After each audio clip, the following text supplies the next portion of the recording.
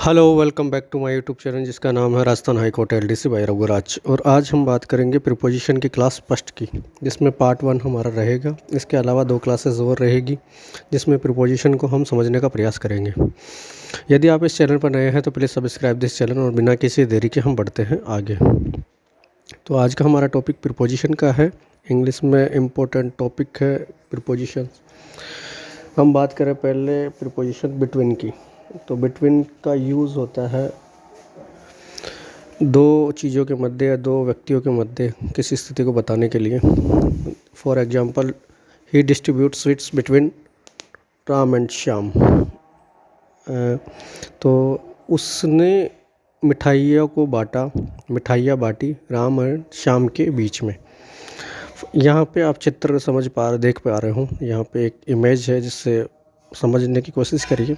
Mummy and पापा है, इनके बीच में ये बेटा लेटा हुआ है, तो दोनों के बीच में है, बिटवीन है। तो इससे भी आप समझ सकते हो दो के मध्य है ये।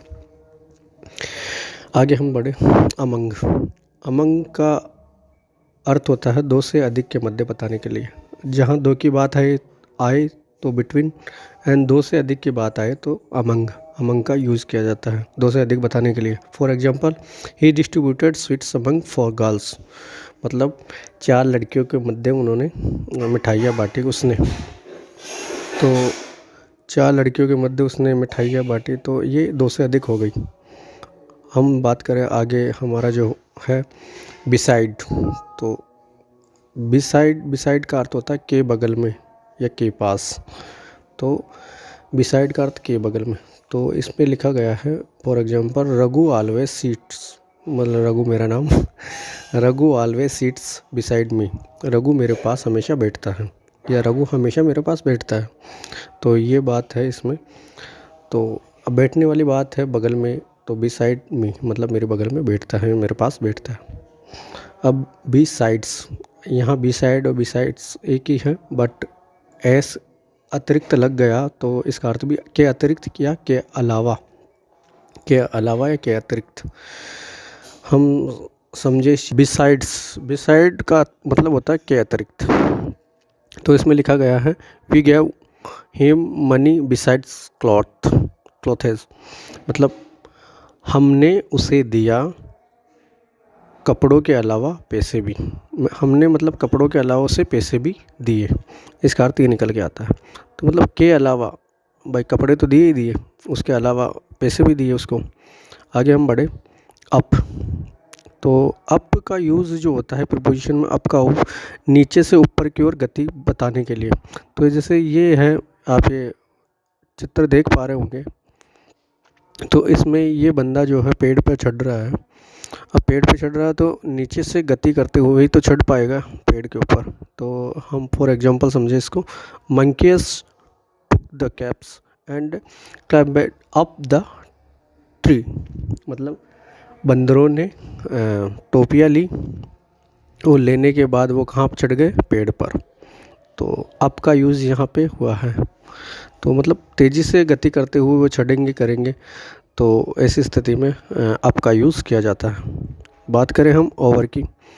तो ओवर का यूज़ जो होता है, देखो सिंपल मैं समझा रहा हूँ, हालांकि ओवर का यूज़, अप का यूज़ और भी होते हैं, बट बेसिक चीज़ों को हम समझने का प्रयास कर रहे हैं। प्रीपोजिशन की बेसिक जो चीज़ें हैं उनको धीरे धीरे समझने का कर रहे हैं। स्टैंडर्ड लेवल तक भी हम चलेंगे आने वाली क्लासेस में। 1 या 2 क्लासेस इसकी और रहेगी, उसमें मतलब फ्रेजल वर्ब्स के साथ में जैसे प्रीपोजिशन का यूज़ होता है तो उसको भी समझेंगे। और कहीं सारे प्रीपोजिशन ऐसे होते हैं जो फिक्स प्रीपोजिशन होते हैं, जो मतलब उन्हीं के साथ में मोस्ट ऑफ लगते हैं, तो उनको भी हम समझेंगे, क्योंकि उनमें एरर वाला, करेक्शन वाले ऐसे क्वेश्चन ज़्यादा पुटअप होते हैं, तो उनको भी हम समझने का प्रयास करेंगे। हम बढ़े आगे। ओवर का अर्थ होता है न छूती हुई अवस्था में ऊपर बताने के लिए या ढकने के अर्थ में। अब आप ये चित्र से रिलेट कर पा रहे हो, ये जो बिल्ली है ये बॉक्स के ऊपर से गुजर रही है, मतलब ऊपर से जा रही है, मतलब इसके ना तो टच हो रही है, न छूती अवस्था में। पहले कंडीशन यही है कि न छूती अवस्था में, तो ये टच नहीं है पहली चीज़। तो फिर ऊपर और है, बॉक्स के तो ऊपर ही है, तो ऊपर हम बताने के लिए या फिर ढकने के अर्थ में ये भी कहा गया है, तो हम इसको भी समझेंगे। अब फॉर एग्जांपल समझे, there is a fan over my head. तो जो पंखा है मतलब रूम के अंदर देख लो, जो पंखा है ऊपर, तो वो जो है वो सिर मेरे सिर के ऊपर है, ये इसमें बताया गया है फॉर एग्जांपल। तो पहली चीज़ तो ये। दूसरा जो एग्जांपल है अपना, she spread a white and red cloth over the table, मतलब उसने बिछाया सफ़ेद और लाल कपड़ा किसके ऊपर, टेबल के ऊपर, टेबल को ढक दिया एक तरीके से सफ़ेद और लाल कपड़े से। तो ढकने के अर्थ में भी ये इसका यूज़ कहा गया है। तो ओवर का यूज़ न छूती अवस्था में बताने के लिए और ढकने के अर्थ में किया जाता है। आगे हम बढ़े, ऑन। ऑन का अर्थ होता है, और ऑन का यूज़ जो होता है वो होता है छूती हुई अवस्था से ऊपर बताने के लिए। तो आप देख पा रहे हो, रिलेट कर पा रही है, बॉक्स है, बॉक्स के ऊपर ये सेब रखा हुआ है, लेकिन ये इसको टच कर रहा है। अब टच कर रहा है, पहली कंडीशन तो ये अपनी कंप्लीट होती है, छूती हुई अवस्था है, और ये टच भी कर रहा है, तो ऊपर भी बता रहा है। और ये भी कहा गया है इसमें डेट, जहाँ डेट की बात हो, मतलब किसी तारीख की बात हो, या फिर डे की बात हो, मतलब दिन की बात हो, जैसे मंडे, ट्यूसडे, वेडनेसडे, थर्सडे, इनकी बात हो, तो इनसे पहले भी ऑन का यूज़ किया जाता है। तो एक तो तारीख से पहले और एक दिनों से पहले इसका यूज़ किया जाता है। एंड यूज़ जो किया जाता है उसके अलावा छूती हुई अवस्था में ऊपर बताने के लिए भी इसका यूज़ किया जाता है। फॉर एग्जांपल समझे, there is a book on the table, एक बुक है जो कहाँ रखी हुई है, टेबल के ऊपर, टेबल के ऊपर एक बुक रखी हुई है। ठीक है, अब आगे हम बढ़े। अगला एग्जांपल है, सी कैम हियर ऑन मंडे, वह आई यहाँ पे, कब, मंडे को। तो ऑन मंडे, जैसे अब ये डे के आगे इस्तेमाल हुआ है मंडे। आगे हम देखें, सी विल रीच ऑन 5 जुलाई, तो सी विल रीच ऑन 5 जुलाई मतलब वह पहुँचेगी कब, 5 जुलाई को। ठीक है, तो इस तरीके से ये जैसे तारीख है, तो तारीख से पहले भी ऑन का यूज़ हो रहा है, एंड दिन है मंडे, उससे पहले भी ऑन का यूज़ हो रहा है। आगे हम देखें, फ्रॉम टू इसका यूज़ होता है जनरली प्रारंभ होने के स्थान, जहाँ से प्रारंभ की गई है, फिर फॉर्म का या टू का इस्तेमाल होना स्टार्ट हो जाता है। उसी के साथ समय के पहले भी होता है, समय के बाद जहाँ आती है तो फॉर्म का इस्तेमाल होता है। पहुँचने के स्थान, जहाँ पहुँचा जा रहा है उसके लिए टू का इस्तेमाल इस तरीके से समय के पहले प्रयोग किया जाता है टू का। तो इस तरीके से हम देखें, Rachna went from India to Singapore, Rachna गई है भारत से सिंगापुर के लिए। तो फ्रॉम मतलब यहाँ से स्टार्ट हुआ है, मतलब प्रारंभ होने के स्थान, तो प्रारंभ होने वाला स्थान है इंडिया से। फिर पहुँचने के स्थान यहाँ बताया गया, तो पहुँचने के स्थान कहाँ है, सिंगापुर, तो इससे पहले टू का इस्तेमाल, तो फ्रॉम टू का इस्तेमाल इस तरीके से होता है। आगे हम बढ़े, डाउन, अगला प्रीपोजिशन है हमारा डाउन। तो डाउन का अर्थ निकल के आता है ऊपर से नीचे की ओर गति बताने के लिए। मतलब शेयर मार्केट में आपने देखा होगा, ऊपर की साइड से नीचे कैसे शेयर मार्केट गिरता है। अब जो गिरने की स्थिति होती है वो काफ़ी तेज़ होती है, और इसी हिसाब से वो शेयर मार्केट गिरता है। तो इस अर्थ में भी हम समझ सकते हैं, लेकिन डाउन का अर्थ मतलब नीचे से ऊपर से नीचे की ओर तेज़ी से गति करते हुए आने की स्थिति में होता है। बात हम करें, Annu come down the stairs, Annu है जो आई सीढ़ियों से नीचे। तो सीढ़ियों से जब आप नीचे आओगे तो गति करते हुए ही आओगे, मतलब चलते हुए ही आओगे आप। मतलब जिस कार्य में बल लग रहा हो वो उसको गति समझते हैं, ये नहीं कि भाई भगते हुए आ रहा है, ऐसा नहीं। जिस चीज़ में बल लग रहा हो आपका, शारीरिक बल, तो उस चीज़ को हम गति समझते हैं। Annu came down the stairs. आगे हम बढ़े, अपॉन का अर्थ होता है ऊपर। अब इसमें भी अब देखो, ऑन के अर्थ में आपने समझा कि ऑन छूती हुई अवस्था में, ओवर को हमने समझा कि भाई न छूती हुई अवस्था में लेकिन ऊपर बताने के लिए। अब एक और है अपॉन, इसका अर्थ भी ऊपर ही होता है, बट ऊपर के अर्थ में ये होता है किसी चीज़ को हम ढक रखे हों, मतलब किसी चीज़ पे आपने झपट्टा मारा हो, जंप आप हुए हों, और या फिर उस किसी चीज़ को आपने दबोच लिया हो, तो ऐसी स्थिति में अपॉन का यूज़ किया जाता है। फॉर एग्जांपल समझे, the cat jumped upon a rat, मतलब बिल्ली ने छलांग लगाई या फिर कूदा, बिल्ली कूद गई किसके ऊपर, चूहे के ऊपर, चूहे के ऊपर उसने छलांग लगाई। तो चूहे को पकड़ने के लिए उसने जंप मारा होगा, तो एक तरीके से ऊपर है चूहे के ऊपर, फिर उसने दबोच लिया। आगे हम बढ़े, इन, तो इनका जो इस्तेमाल होता है वो होता है समय, स्थान, स्थिति बताने के लिए। पहली चीज़ समय बताने के लिए, दूसरी चीज़ स्थान के अर्थ में, तीसरी चीज़ स्थिति बताने के लिए। तो इनका यूज़ क्या है, चारों ओर की गिरी हुई अवस्था को बताने के लिए होता है। मतलब किसी चीज़ से आप गिरे हुए हों और वो चारों ओर से बंद हो या फिर खुली भी हो, लेकिन उस पर एक फिक्स बाउंड्रीज बनी हुई हो, तब भी इनका यूज़ किया जाता है। जैसे players are playing in the ground, तो वो इनका यूज़ उस तरीके से होता है क्योंकि बाउंड्रीज से गिरा हुआ है। Boys are playing in the field, मतलब फील्ड में खेल रहे हैं, तो इनका यूज़ किया जा रहा है। तो ऐसे अर्थ में भी इनका यूज़ किया जाता है। अब आगे हम बात करें समय, स्थान, स्थिति बताने के लिए। फॉर एग्जांपल समझते हैं, निशा इज़ इन द रूम, निशा कहाँ पे है, रूम के अंदर, रूम के अंदर निशा है। तो रूम जो है वो चारों दीवारों से घिरा हुआ है एंड निशा उसके अंदर मौजूद है, तो Nisha is in the room.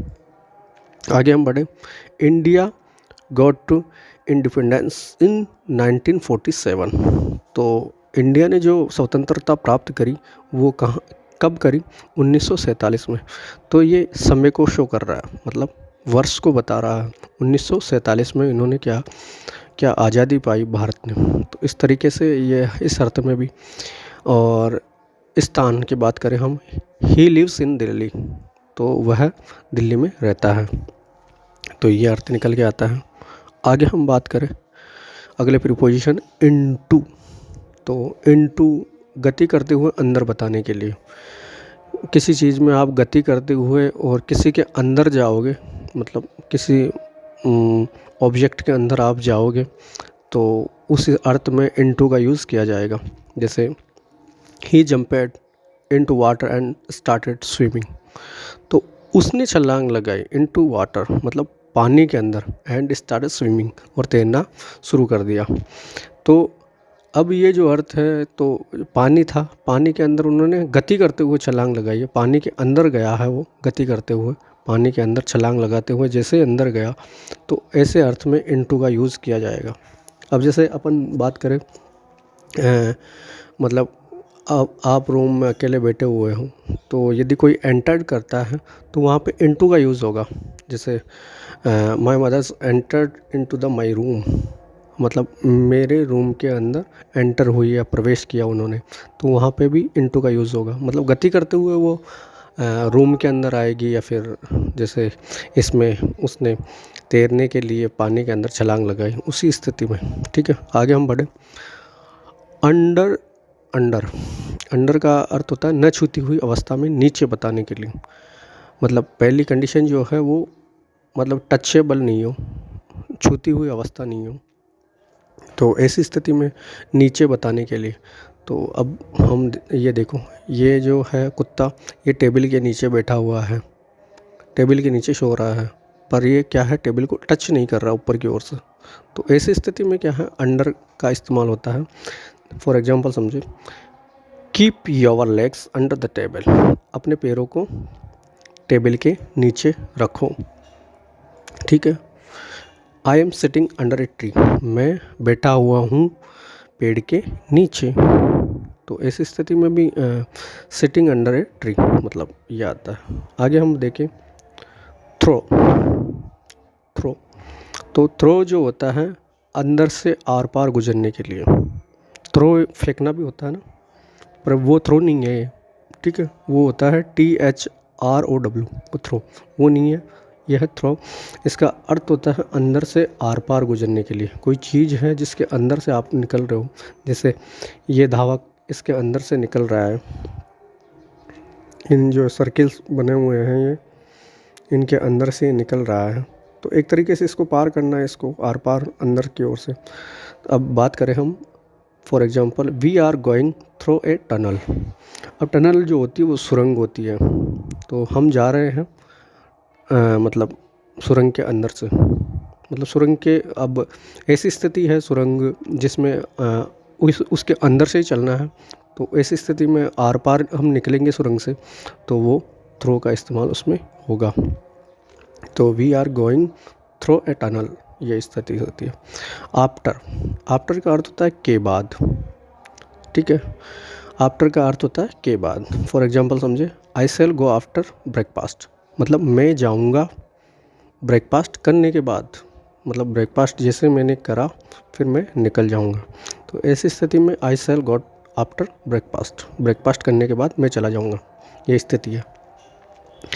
बात करें हम बिफोर की, तो बिफोर का यूज़ जो होता है के पहले, बिफोर मीन्स पहले, या फिर सामने। जैसे सामने के अर्थ में हम जनरली बात करूं किसी, अब आप कोर्ट में जाओगे तो कोर्ट में चीज़ ऑब्जर्व करोगे, जब किसी यदि इंग्लिश में आपको वर्डिक्ट पढ़ने को मिल गए, निर्णय जो जज साहब देते हैं तो इंग्लिश में देखने को मिल गए, तो जैसे कैदी को सामने पेश करने की स्थिति होती है, जज साहब के सामने जब पेश किया जाता है तो वहाँ यूज़ फ्रंट ऑफ नहीं होता, मतलब सामने, वहाँ फ्रंट का यूज़ नहीं किया जाएगा, वहाँ बिफोर का यूज़ किया जाएगा। मतलब जज साहब के सामने पेश किया गया तो वहाँ पे बिफोर का यूज़ होगा, ये आप पता करना।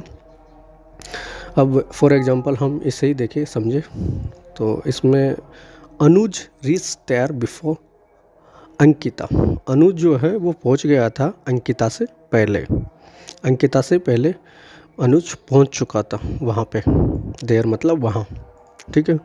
तो ये बिफोर का यूज़ इस तरीके से होता है। आगे हम देखें अबाव, अबाव का अर्थ होता है ऊपर या ऊंचाई बताने के लिए, तो अबाव मतलब तुलनात्मक ऊंचाई बताने के लिए, जहाँ जिसको मापा जा सके, ऐसी ऐसी ऊंचाई मतलब, ठीक है। अब यहाँ बात करें हम, the fan is a 5 feet above the table, मतलब टेबल से जो फ़ैन की जो ऊंचाई है वो लगभग कितनी है, इज़ 5 फीट, 5 फीट की ऊंचाई टेबल से फ़ैन की है। तो ये आप समझ सकते हो अबव, अबव मतलब तुलनात्मक ऊंचाई उसको शो कर रहा है, मतलब जिससे कंपैरिजन कर सके हम, तुलना कर सके, अंतर को शो कर सके, तो इससे ऐसी स्थिति में अबव का यूज़ किया जा सकता है। बात करें सेकंड बिलो, तो तुलनात्मक रूप से नीचा बताने के लिए बिलो का इस्तेमाल किया जाता है।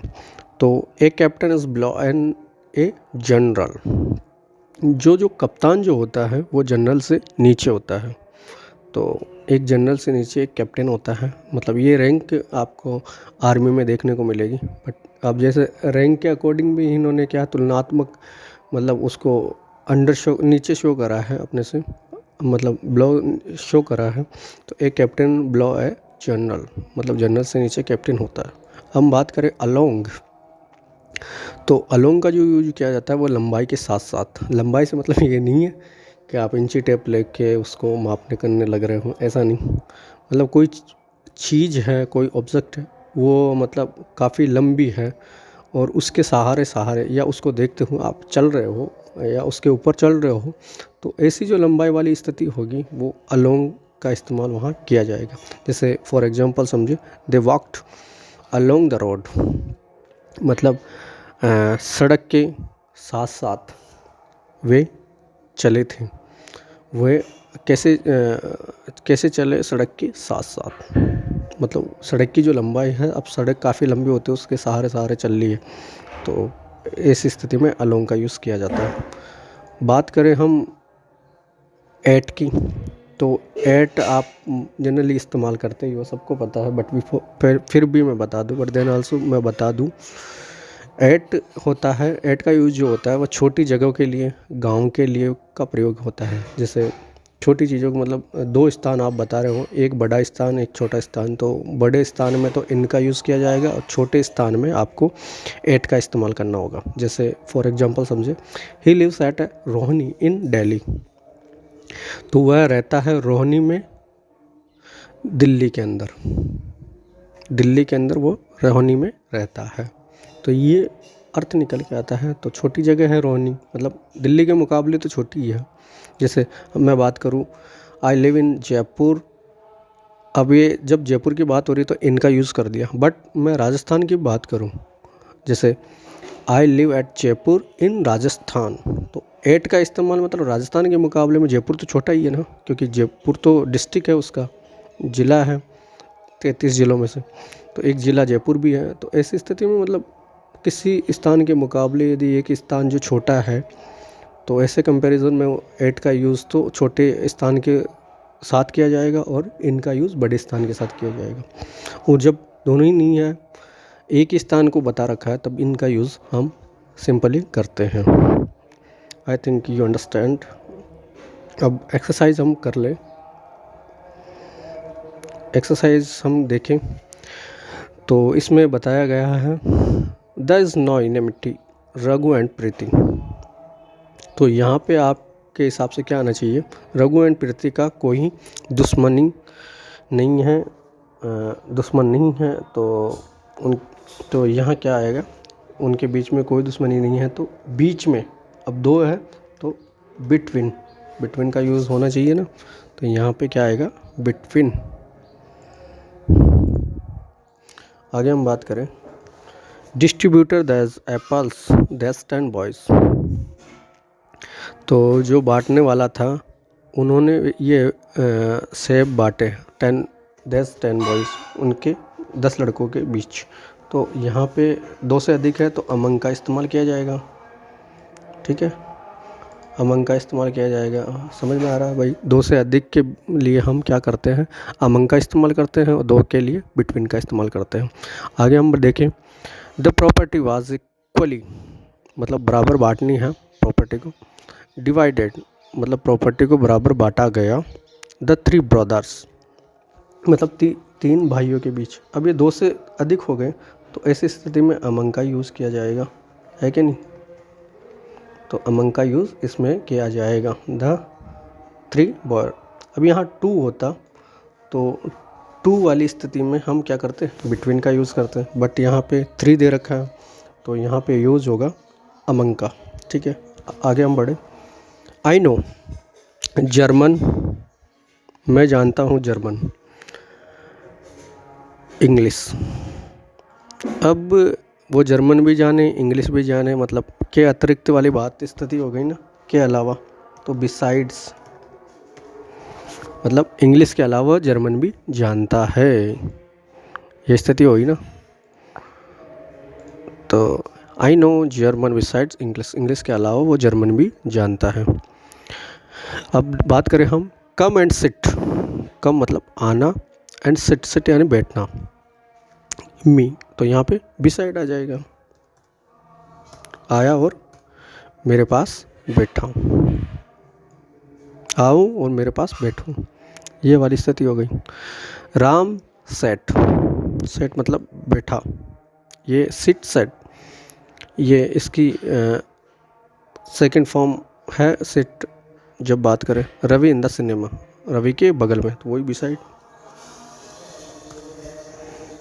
है कि नहीं। ही क्लाइम्ड द ट्री, मैंने बताया था ऊपर की ओर गति करने वाली स्थिति में, जैसे हमने देखा है ये पेड़ पर चढ़ रहा है गति करते हुए, तो किसका इस्तेमाल किया जा रहा है, अप का। तो यहाँ भी क्या इस्तेमाल किया जाएगा, अप का।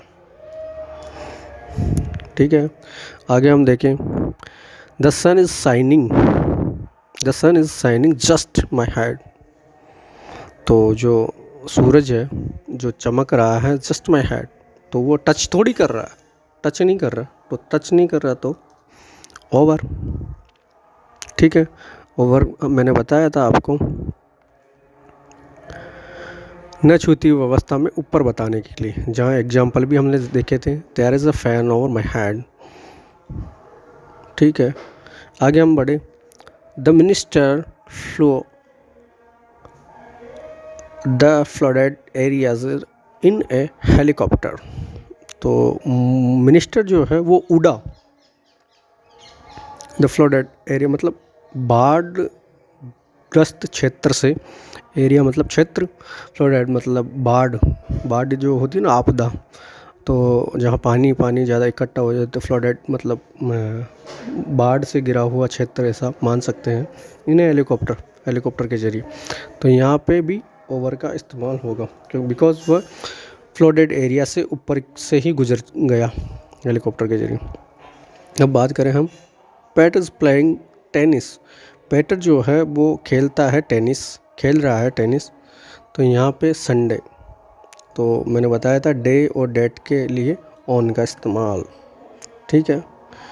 देयर इज़ अ कप, अब यहाँ पे भी कप है, तो कप क्या है, टेबल के ऊपर होगा क्योंकि वो टच करेगा तो ऑन वाली स्थिति हो जाएगी। There is a cup on the table. आगे हम देखें, it has been sorry, it आना चाहिए यहाँ पे, इट हैज़ बीन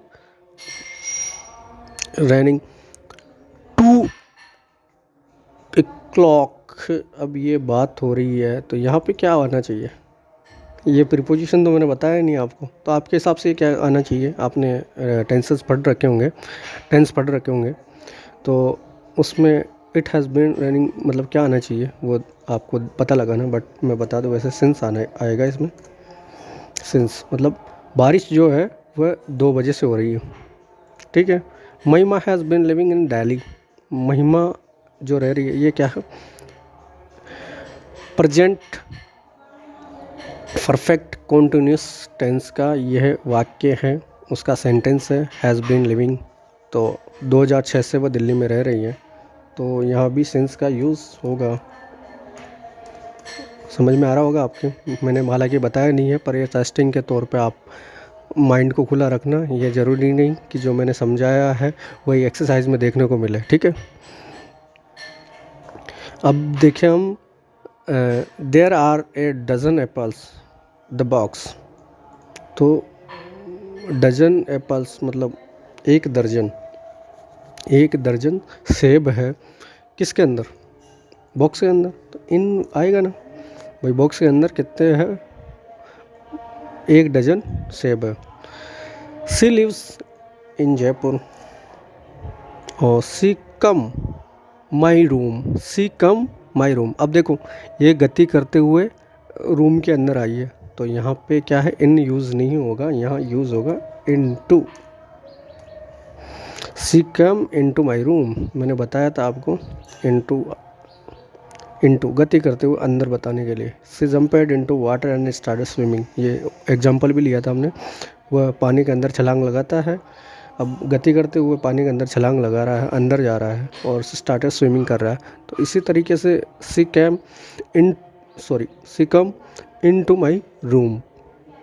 अब इनटू का यूज़ इसलिए हुआ है क्योंकि वो रूम है जो कि ऑलरेडी मतलब कोई भी बैठा हुआ हो पर, लेकिन ये जो है सी, तो वो एंटर होगी तो मतलब गति करते हुए जाएगी, अपने बल प्रयोग वो करेगी फिजिक, तो इस तरीके से होगा। She plays 4 AM 6 AM from 4 AM to 6 PM, मतलब 4 बजे वह खेलती है 4 बजे से 6 बजे तक। तो आई होप ये क्लास आपको अच्छी लगी होगी। यदि ये PDF आपको चाहिए तो मैं शेयर कर दूंगा, कमेंट आप वीडियो में ही रख देना आपको चाहिए होगी तो। And thanks watching this video.